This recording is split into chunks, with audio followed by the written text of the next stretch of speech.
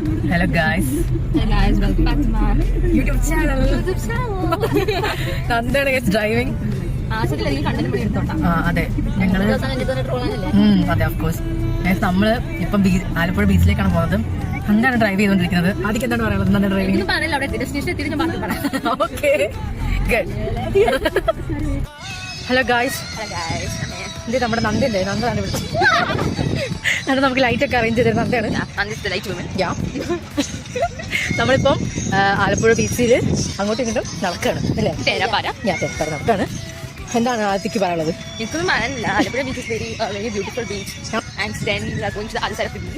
നമ്മൾ നടന്നാണ് പോകുന്നത്.